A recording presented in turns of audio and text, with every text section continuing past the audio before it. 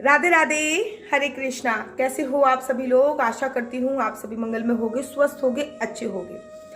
कल मैं जब श्रीधाम वृंदावन में स्थित बांके बिहारी जी के मंदिर में गई तो मेरे साथ कुछ एक घटना घटित हुई। आज वही घटना मैं आप लोगों के सामने अर्थात अपने परिवार के सामने पेश कर रही हूँ।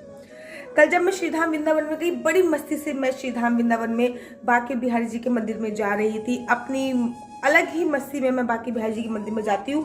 जब भी मैं बांके बिहारी जी के मंदिर में जाती हूँ, चेहरे पे एक बहुत लंबी सी स्माइल आ जाती है, चेहरा एकदम दमक जाता है बांके बिहारी जी का नाम सुनते हुए ही। तो जब मैं कल बांके बिहारी जी के मंदिर में गई तो बहुत ही ज़्यादा भीड़ थी, बहुत ज़्यादा रौनक थी। मैं यहाँ पे लगा भी दूंगी, आप देख लीजिए। बहुत भीड़ इस समय पे बांके बिहारी जी के मंदिर में चल रही है, लेकिन उसका भी अपना एक अलग ही आनंद है। गेट नंबर 4 से मैं हमेशा एंट्री करती हूँ, क्योंकि गेट नंबर 4 थोड़ा शॉर्ट रास्ता पड़ता है। मेरे को थोड़ा शॉर्ट रास्ता पता है, तो गेट नंबर 4 से ही मैं हमेशा बांके बिहारी जी की गली है वहां से एंट्री करती हूँ। जब मैंने वहां से एंट्री करी, बांके बिहारी जी के दर्शन करे, बांके बिहारी जी के दर्शन करने के तत्पश्चात वहां पे मत्था टेका। अब बड़े सारे लोग बोलते हैं कि दीदी वहां पे मत्था टेकने का फायदा क्या होता है। तो जब मैं श्रीधाम वृंदावन प्रथम बार आई थी, तो जब मैं किसी भाई साहब के साथ आई थी, उन्होंने मुझे मत्था टेका और जब मैंने उनसे ये प्रश्न किया तो उन्होंने जो उत्तर दिया था, देखो कभी कभी किसी का आंसर ऐसा नहीं है कि साधु संतों का ही उत्तर हमें संतुष्ट कर देता है, कभी कभी किसी आम व्यक्ति का जो आंसर होता है वो भी हमें बहुत संतुष्ट कर देता है। जब मैंने उनसे पूछा था कि मत्था क्यों टेका, मत्था टेकने का कारण क्या होता है, तो वो कहते हैं कि मोहर जो होती है ना, मोहर उल्टी होती है, लेकिन जब हम मोहर को लगाते हैं तो वो सीधी छपती है।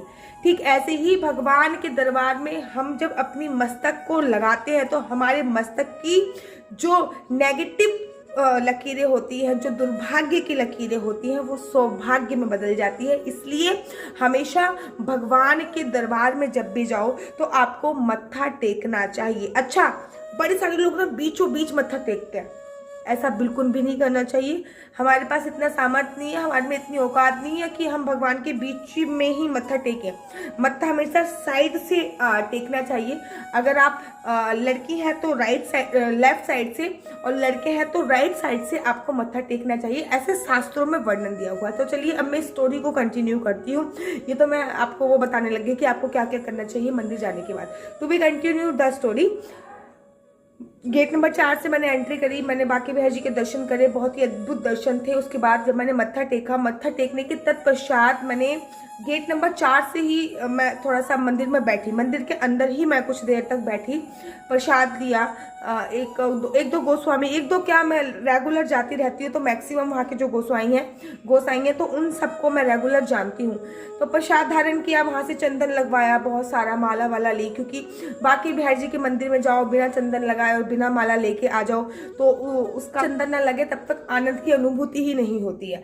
प्रसाद लिया, प्रसाद धारण किया और गेट नंबर 4 से ही बाहर निकल रही थी तो मुझे किन्नर समाज वहां पे मिला। अचानक ही उस किन्नर समाज ने मुझे रोक लिया और किन्नर समाज में रोकने के बाद उन्होंने अपनी झोली से 1 का सिक्का मुझे निकाला। ये सारी घटनाएं बांके बिहारी जी के मंदिर में ही हो रही थी, अर्थात गेट नंबर 4 पे ही हो रही थी। अगर मैं ये कहूँ कि बिहारी जी के चौखट पे भी हो रही थी ये सारी घटनाएं तो कोई अतिशोक्ति नहीं हुई। मैंने उनसे मांगा भी नहीं, उन्होंने मेरे को स्वतः ही 1 का सिक्का निकाल के खुद से दिया और उन्होंने मुझसे दक्षिणा भी नहीं मांगी इसके बलि। मेरे को समझ में नहीं आया कि क्या हुआ क्या नहीं हुआ, और उन्होंने मुझे बहुत अच्छा आशीर्वाद दिया। तो वो आशीर्वाद तो मैं जब पूरा हो जाएगा तब आप लोगों के साथ शेयर करूंगी।